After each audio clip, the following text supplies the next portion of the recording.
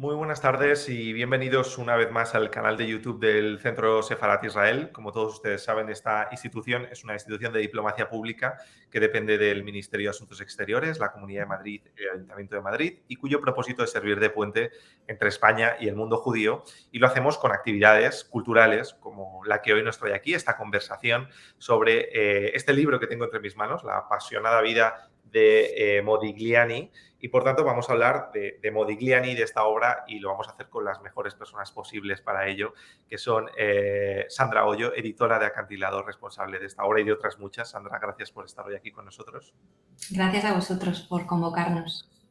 Y, por supuesto, con Manuel Arranz, traductor de esta obra de Andrés Salmón y, por tanto, gran conocedor de la obra. Antes estábamos comentando, antes de empezar esta emisión, que ha hecho una labor ímproba para traducir este libro que, la verdad, recomendamos desde aquí porque es de una riqueza sin igual y por eso vamos a comentar sobre él. Sandra, a mí me gustaría comenzar preguntándote y preguntándoos a los dos también cómo surge la idea de publicar esta obra en Acantilado de Andrés Salmón y cómo llega a vuestras manos. Es del 2017, si no me equivoco.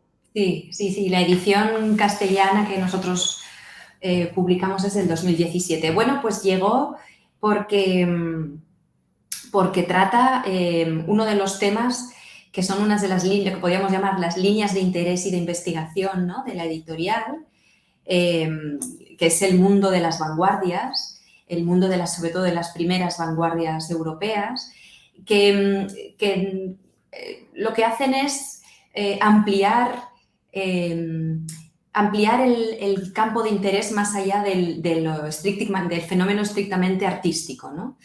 Y el libro de Andrés Salmón hace precisamente eso, con la excusa, con la propuesta de perfilar los rasgos personales y trazar la biografía de la vida, que sin duda es apasionante y dramática, de Amadeo Modigliani. Dibuja un friso extraordinario de ese París de las primeras vanguardias, de ese París artístico, literario, farandulero, extraordinario, que forma parte casi de la imagen mítica que los lectores y los interesados en el mundo del arte tenemos, ¿no? Y por otro lado, y como tú lo sabes porque somos amigos de esta casa, es una manera más de acercarnos a la cultura judía. En este caso, un judío de Livorno, de origen sefardí, que no vivía su judaísmo de una forma especialmente abierta, pero sí que es otra manera de intentar explicar esta cultura judía absolutamente asimilada en Europa, cómo vivía y latía antes de la Segunda Guerra Mundial, que parece que es cuando se descubre el fenómeno del judaísmo, por ejemplo, en Italia, ¿no? Él es una de las grandes familias judías de Livorno, ¿no? Y nos parece que también eso es otro tema muy interesante, ¿no? Un libro en el que se aunan dos líneas de investigación y editoriales muy potentes para Acantilado. La apasionada vida de Modigliani, de Andrés Salmón, nos da un retrato muy vivo. Manuel, ¿cómo nos retrata esa infancia? Él, como decía Sandra, nace en Livorno en 1884, tiene un padre comerciante, vive allí con una familia podríamos decir modesta, aunque él, por lo que nos cuenta André, trata a veces de impostar un mayor nivel de su familia. Pero ¿cómo es esa infancia en Livorno o esa primera etapa de él en Livorno? Bueno, pues no sé qué quieres que te diga. Habla poco el libro de la infancia de Livorno. Sí que habla cuando empieza. No es que se demarca, era un niño, creo que fue el tercer hermano. Sus padres eran comerciantes y él se siente atraído por el dibujo. Dibuja mal, imagino, al principio. Y bueno, iba conociendo, la madre tiene mucha devoción, el padre contaba con él para que heredara un poco el negocio, pero se van dando cuenta de que el niño está enfermo, el niño tiene una tuberculosis y es un niño muy protegido y es un niño pues muy atraído por el mundo del arte, y se dedica a hacer caricaturas, se dedica a hacer dibujos de conocidos y a venderlos, etcétera. Tienen algunos encuentros puntuales que son un poco lo que les decidan a dar el salto, pero vamos, es una biografía, yo creo que como tantas otras, de alguien que no sé, que busca su vocación o no la encuentra, no sabría decirte, es decir, el libro empieza ya con un encuentro que tiene, bueno, tiene un par de encuentros, pero uno de ellos que tiene en Venecia, yéndose a Florencia, digo, y llegando luego a París, creo que es en 1906, ¿no? O sea, sí que me gustaría, no sé, darle la razón un poco bueno, darle la razón que la tiene, a Sandra. El libro es fundamental por eso, es un libro diferente, no es una biografía al uso, ya lo hemos hablado un poco antes, ¿eh? Está todo el París de entonces, que yo creo que entonces no sabían lo que estaba pasando allí, lo hemos sabido un poco a posteriori. Y No, para y de hecho, fíjate, perdona Manuel, retomo lo que decías, ¿no? De hecho, el propio Salmón, yo creo que en algún momento del libro dice que tampoco importa demasiado el origen, esa primera vida antes de convertirse en Amadeo Modigliani, ¿no? Él lo dice, pero dice, no nos importaba la de Amadeo ni la de nadie, ¿no? justo, sí. Todo el mundo iba despojado de su pasado y se reconstruía, se estructuraba y se convertía en alguien allí, ¿no? En París, a partir de ese momento, ¿no? Entonces, es verdad que él imposta sus maneras, porque era de maneras muy educadas y muy corteses, y esto al parecer llamaba mucho la atención, ¿no? Y de mucha postura, y un hombre muy atractivo y muy cuidado. Pero prácticamente su pasado no importa, es una mención. Eso es cierto, sí. Sí, Y es también el libro un poco desmitificador, ¿eh? O sea, es decir, no trata a los personajes como genios, sino como lo que eran, como que estaban buscando la forma de sobrevivir y de vender, vamos, de vender su obra como podían. Quiero decir, que yo creo que no sabían muy bien lo que estaban haciendo, bueno, como nos sucede a todos seguramente, ¿no? Pero vamos, ellos estaban haciendo algo, a lo mejor.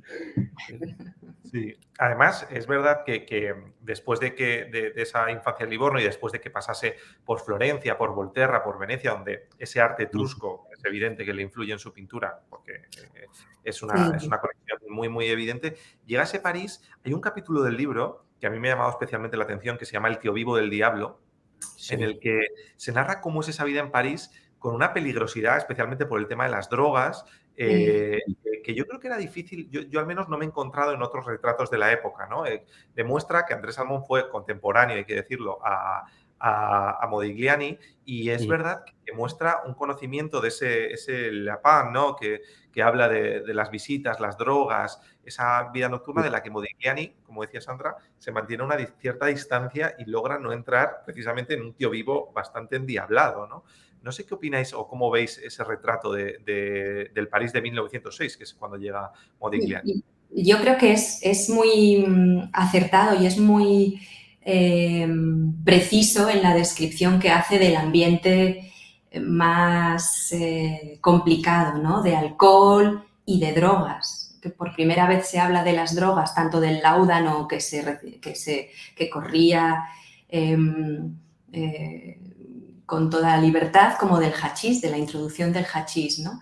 Y creo que así como en otros libros o en otras, incluso en la historia del arte, se habla del consumo de alcohol y de las drogas casi como un factor de cierto exotismo y de cierto encanto, ¿no? O sea, era como el conjunto, ¿no? El complemento a la bohemia experimentadora, ¿no? Lo que deja muy claro Salmón es que, es que este mundo tenía un potencial carácter destructivo tremendo, ¿no? Y si bien Modigliani, por razones yo creo más de personalidad, flirtea menos con la noche, termina siendo un alcohólico. Es una persona con muchos problemas con la bebida y queda manifiesto, y con grandes problemas con el hachís, ¿no? Pero sí que es cierto que ese submundo no tiene la connotación casi positiva de la bohemia que en otros textos o incluso en películas, o que la imaginería contemporánea le da, ¿no? Pues eso, el láudano para inspirarse y para hacer viajes, ¿no? Que abran posibilidades estéticas y artísticas. No, aquí se expresa la crudeza y el destino, ¿no?, al que te conduce todo esto, ¿no?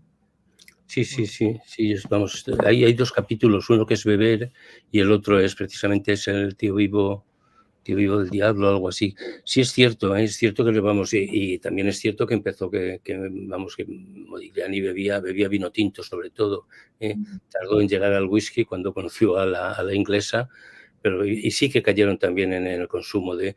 Y una cosa curiosa, bueno, mezcla el mundo, que no sé si ha estado siempre mezclado, un poco el mundo artístico y el mundo de Lampa, es que uno de los introductores, no sé si recordáis, hay una nota a pie de página, y Salmon dice, este es el único personaje de Tulio, que se llama No le Tulio damos Cicino. nombre, ¿no? Sí. No voy a dar el nombre, pero que era alguien muy conocido.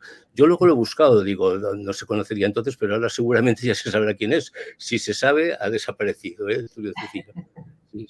Sí, hay algunos personajes que llaman mucho la atención. Voy a compartir, ha tenido Manuel la gentileza de compartir con nosotros algunas imágenes. Voy a compartir esta fotografía en la que vemos a Modigliani con Picasso y con el propio André Salmon, que demuestra que tenían esa cercanía. Los encuentros con Picasso están muy bien descritos, ¿no, Manuel? Porque ahí vemos cómo hay un momento, un encuentro más Sí. En cualquier caso, yo pienso, o sea, leyendo un poco, ya no entre líneas, sino directamente, o leyendo además otras obras, porque Salmon volvió otra vez a Modigliani. De hecho, escribió 4 libros sobre Modigliani, o sea, una monografía y 3 libros más. Se conocían, tenían unas relaciones cordiales, pero tampoco se llevaban tan bien. Por lo menos quiero decir que Salmon era un poco, habló con mucha gente. El libro, Modigliani murió en 1920, el libro creo que es del 50, o sea, no hacía mucho tiempo.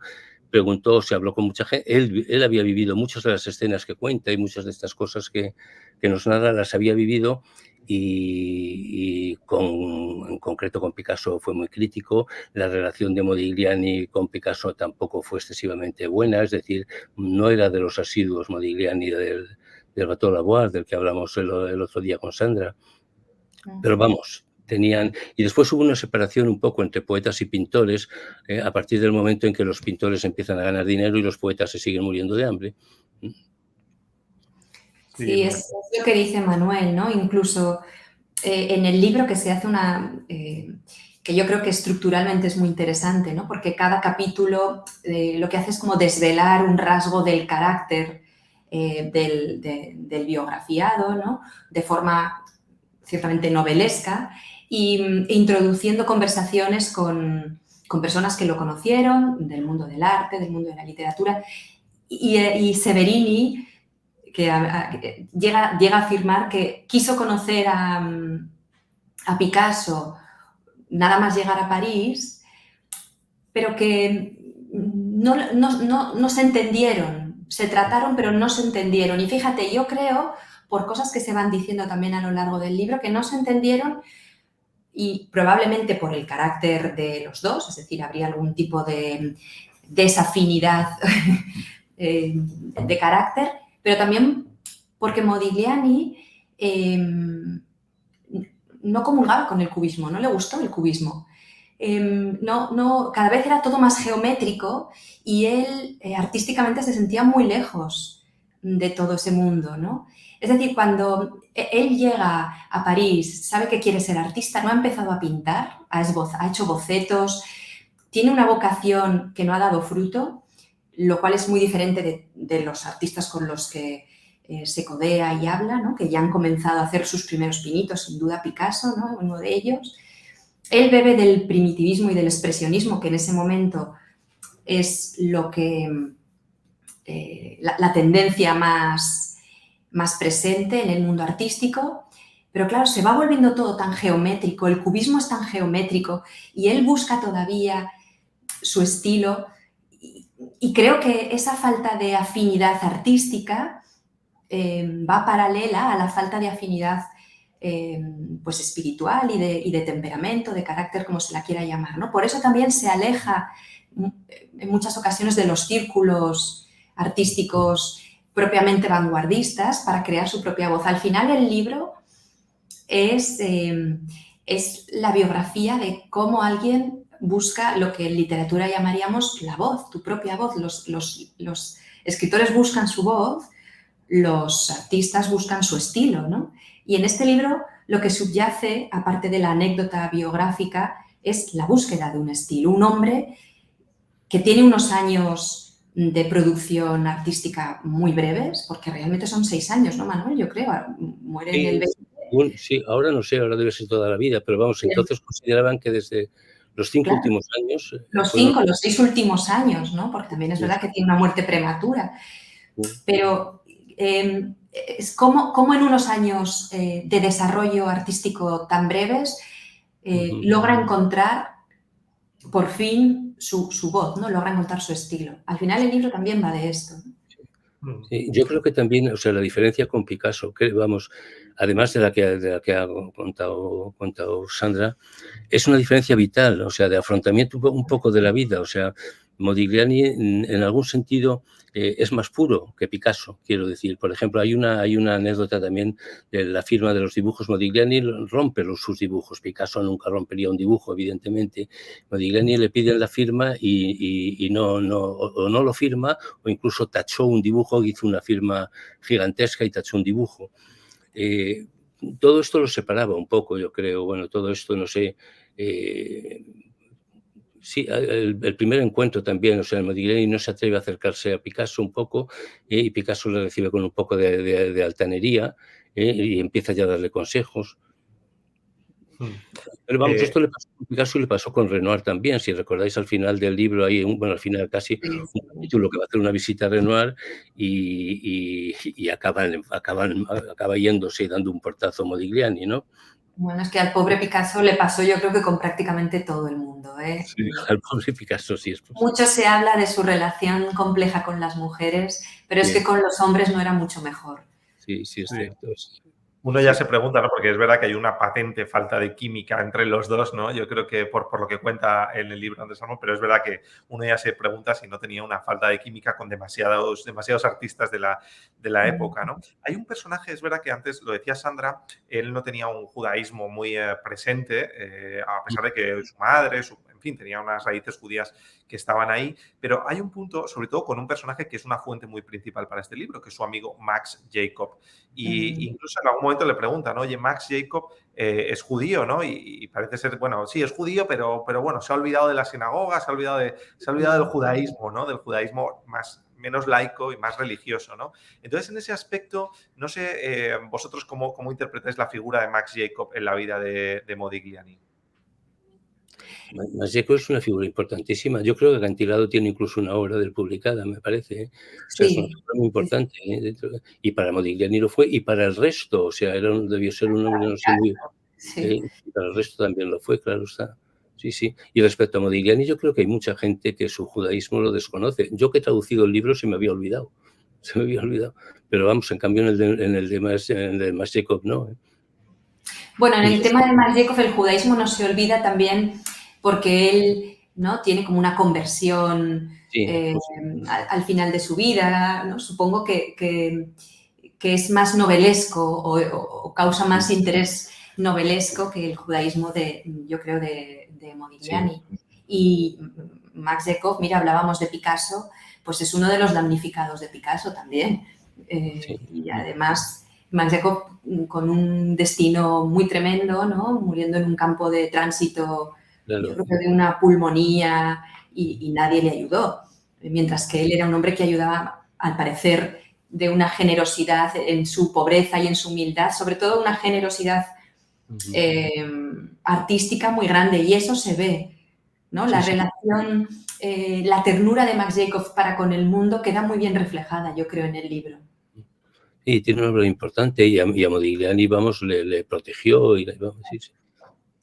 El libro tiene, lo decía Sandra, una estructura muy interesante. Es verdad que lo hemos dicho, yo creo, y hay que insistir en ello, en que no se trata de una biografía al uso. Es decir, es una biografía muy personal, con un estilo muy personal del propio Andrés Salmón, pero nos habla de dos épocas que a mí me resultan muy interesantes, la época Montmartre y la época Montparnasse. que son dos épocas muy diferentes. La de Montmartre hemos comentado cómo es, esa vida pues, más cercana a lo que todos tenemos en el imaginario colectivo de la bohemia de Montmartre, pero ¿cómo es esa época Montparnasse en la que, por cierto, André dice, y ahora hablaremos también de esa relación de Modigliani con las mujeres, dice que cerró la puerta a muchas mujeres en su vida? No sé cómo es esa época cómo definiríais esa época de Montparnasse, cómo aparece reflejada en la obra.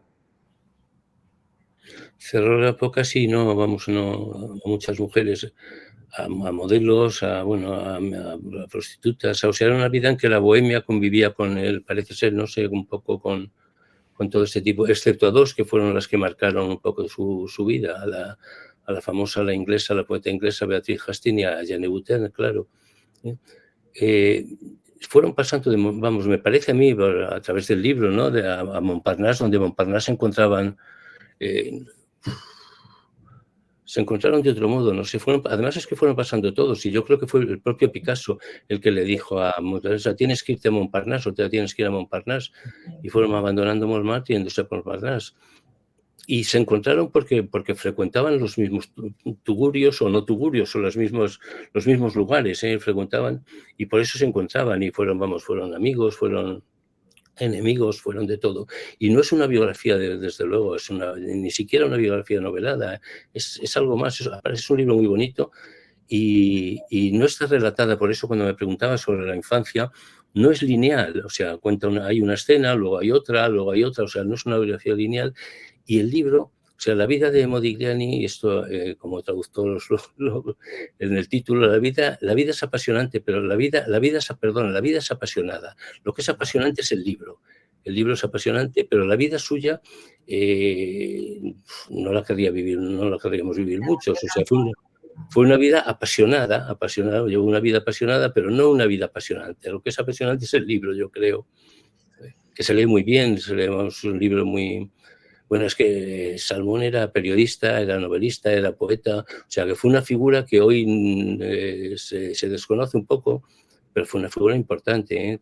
Estuvo en España durante la guerra y, en fin. Guerra civil, en fin. Estuvo vino de corresponsal, creo que estuvo en Salamanca. Vamos, sé que estuvo en Salamanca, sí. Y fue a ver a Unamuno y todo. Quiero decir que Salmón era alguien, era una figura, le tenía respeto y era una figura de peso, ¿eh? Sandra, y tú antes hablabas de alguien que es muy importante, que es una fuente muy importante, que es Gino Severini, para Andrés Salmón. A mí me gustaría saber qué imagen crees que nos da del carácter de Modigliani, porque hablamos mucho de la vida, pero el carácter queda impreso. Si me permitís, voy a leer un párrafo que puede dar pie a que Sandra nos cuente cómo crees que nos da el carácter. Dice aquí Andrés Salmón: Modigliani era un ser atormentado, arrastraba el peso de un espíritu atormentado. Modigliani, un muchacho lúcido, pero atormentado. Su soledad, que le hacía presa del más devastador de los tormentos, otras veces le proporcionó los momentos más brillantes de determinación. Yo también tengo subrayados ese mucho, sí. Porque parece que en pocas líneas hace una síntesis bastante determinante del carácter, ¿no? Y sí, en algún otro momento dice que lo que le pasa es que era muy toscano, ¿no? Como que, entonces, que era muy italiano, claro, es un italiano, ¿no? Es muy italiano, muy toscano, ¿no? Y temperamental y susceptible. Pero probablemente tiene toda la razón. Uno de los rasgos que vemos, o una de las causas de este tormento, es la profunda inseguridad que siente. Inseguridad ante su vocación artística. De ahí que efectivamente rompa los bocetos. Los rompe porque siente que no hay valor alguno en aquello que hace, porque tarda mucho en encontrarse artísticamente, porque tarda mucho en empezar a producir. Uno de los pocos buenos consejos que yo creo que le da Picasso es que dibuje, que el dibujo es todo. Esto es una de las cosas que yo creo que más gustan de Picasso, efectivamente, la capacidad del dibujo, ¿no? Y es fundamental para quien quiere ser pintor, dibujar. Pero él siente que es tan torpe, siente que está rodeado de tantas cosas y que no sabe qué es lo que quiere hacer realmente. O sea, yo puedo entender ese tormento de decidir que sigues una vocación, pero no saber por qué camino seguirla, ¿no? Y creo que la descripción de Severini va en ese sentido. sufrió de una inseguridad patológica y es un hombre que murió sin ver reconocido ni mínimamente su trabajo, ni un poquito, ¿no? Y supongo que eso... Sí, claro. Hombre, eso debe desanimar, o sea, no vendía cuadros a pesar de que tenía... No vendía nada. No vendía nada y claro, tenía una... Dice que él por un franco vendía sus dibujos, ¿no? Y por un franco para obtener un mínimo de sustento, porque es lo que decía Manuel. La vida, desde luego, era de una miseria, pero de miseria. Sí. Miseria total. Las descripciones de la vida de la pareja, ya conoce a Jean y tienen la primera hija que les retiran, que no la crían ellos, porque son incapaces de criarla. Y incluso la descripción, que es como se abre el libro y no estamos destrozando para el lector nada, ¿no? Sí. Que es muy novelesca. El comienza por el final de la vida de Modigliani, ¿no? Con Zárate golpeando la puerta para ver qué sucede porque intuyen que algo muy malo está pasando en esa casa. O sea, realmente es novelesco, pero es terrible, es muy dramático todo y muy difícil, ¿no? Y sin duda su carácter solitario y su carácter aislado y sentirse lejos en un mundo muy diferente. Creo que hay un contraste estético apasionante para él y a la vez chocante y diferente. Severini dice que él había despertado al arte gracias al mundo etrusco y a Botticelli. Claro, es que tenemos que entender que este es un chico con un refinamiento intuitivo, ¿no? Y con una tendencia hacia la belleza y hacia el arte intuitivas enorme, como tantas personas, ¿no? Nacen con estas características, que decide que quiere ser artista, que decide que se va a París porque es donde pasa todo, ojo, no en Italia, siendo italiano, ¿no? O sea, deja esa tradición e intenta insertarse en otra tradición que no es la suya y en la que tiene que buscar su propio camino. No es tan evidente, ¿no? Y fíjate, en lo que decías del paso de Montmartre a Montparnasse, yo siempre fantaseaba con una cosa, y no sé, Manuel, cómo lo ves tú, ¿no? Al final Montmartre, porque un poco se deja ver también en el libro, Montmartre es el mundo al que todos quieren ir cuando son jóvenes, porque es el sitio en el que hay que estar. Cuando se encuentra por primera vez a Picasso y él está viviendo en los alrededores de la Madeleine y Picasso le dice, ¿pero qué haces viviendo aquí? Es que aquí no te vas a enterar de nada. Los pintores viven en Montmartre, ¿no? Bueno, pues vamos a Montmartre a vivir. Y entonces deciden que se van a Montparnasse, porque Montmartre es el sitio de los padres, o sea, de los padres en el sentido es de la otra generación, son otros, ¿no? Vamos a crear nuestro propio espacio. Además, Montparnasse estaban también los poetas, había más mundillo artístico, ¿no? Más amplio. Y yo creo que es eso, es la necesidad de crear, esta generación crea su espacio, ¿no? Crea su lugar mítico de creación. Sí. Pero hay como un tránsito, es decir, no conviven. O sea, primero están en Montmartre, luego van a Montparnasse y en Montmartre se quedan, sí. Y a partir de que empiezan a ganar dinero. Y sí que tenía una vena artística. Hay la estaba buscando, pero no la encuentro. No sé si es una de las modelos que sube a su casa y sube a su casa para acostarse con él, pero en fin, ella con la excusa de que va a posar. Y cuando se va quitando la ropa, Modigliani va pensando en pintores, va diciendo un Fragonard, un Bonnard, un Picasso, o sea, va pensando en pintores. Lo mismo que después a la inversa, cuando se va vistiendo, le va sugiriendo cada prenda que se va poniendo, un Goya, le va sugiriendo una pintura así.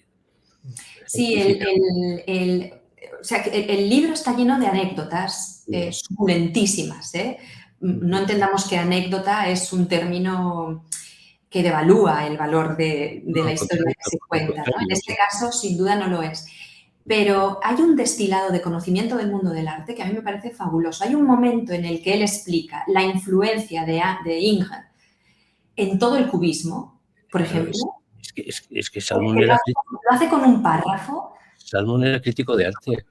Claro. O sea, quiere decir que... Y en un párrafo es que te está explicando las claves del primer Picasso, compositivamente, o sea, tanto la arquitectura como el dibujo de los cuerpos. Yo recuerdo, el otro día le decía a Manuel, es que cuando hicimos este libro coincidió con una gran exposición que luego recordé, Manuel, que era en la Tate, una gran exposición de Modigliani. Y entonces disfruté mucho releyendo el libro y viendo la exposición de Modigliani. Pero es que después me acuerdo que fui al Louvre y me fui a la sala de los franceses, que afortunadamente es donde no hay nadie, porque no hay visitantes allí. O sea, estábamos 5 o 6 personas, o a lo mejor éramos 10, pero quiero decir que frente a el bullicio de las obras más destacadas, ¿no? En cuanto desapareces del estereotipo, puedes estar con mucha tranquilidad, viendo esto que explica André Salmon, ¿no?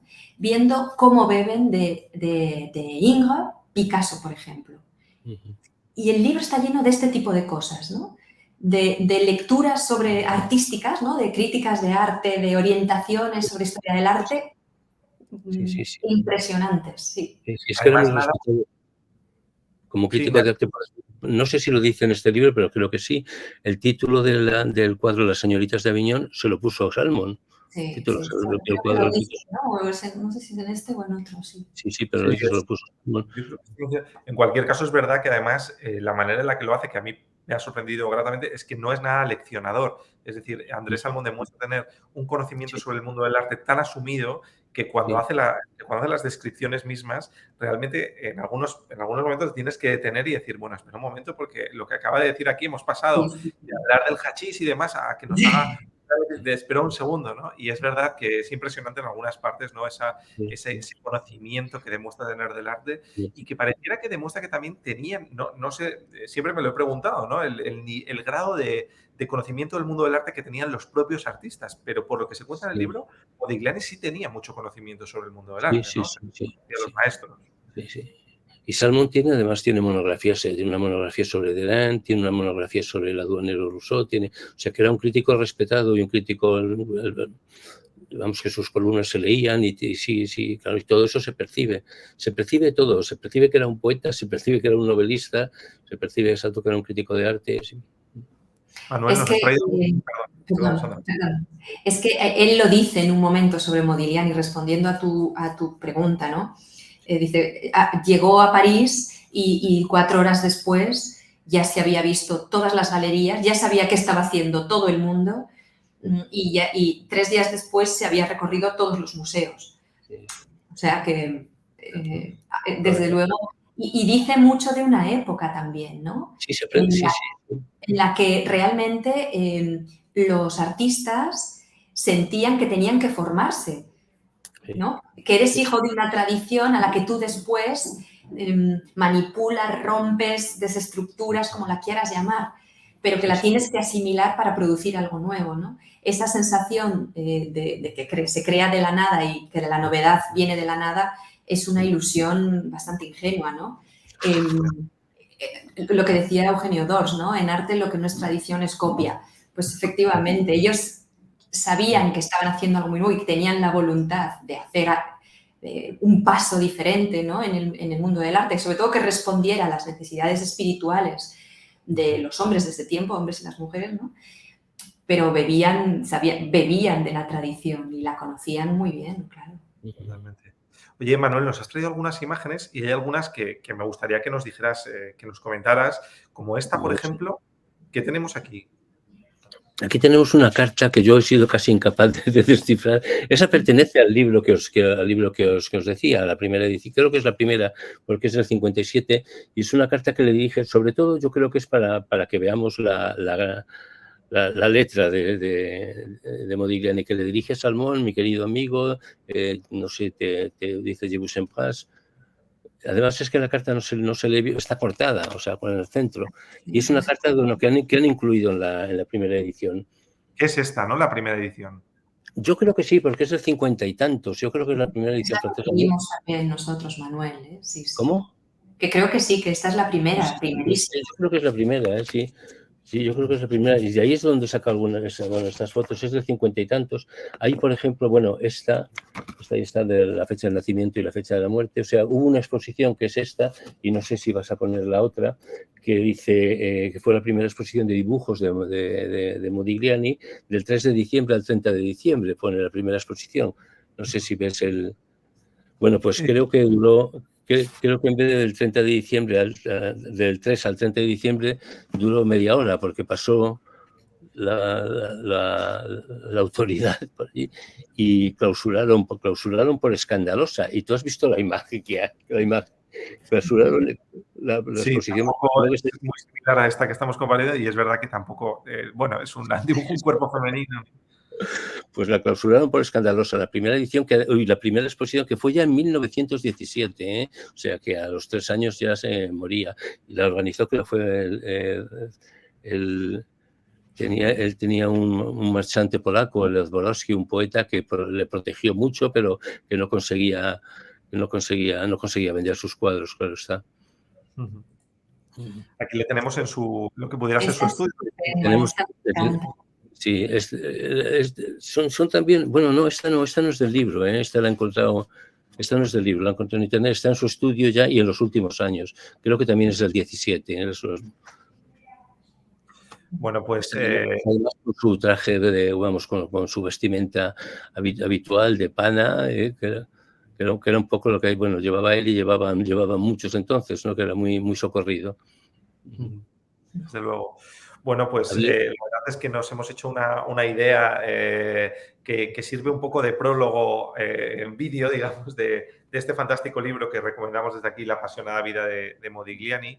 Y queremos agradeceros, Manuel, en primer lugar, por la traducción, por el trabajo hecho y por estar esta tarde con nosotros, y Sandra, por el enorme criterio que siempre demuestra tener acantilado para la edición y para escoger obras fantásticas como esta, y también por acompañarnos hoy aquí. Gracias a ambos.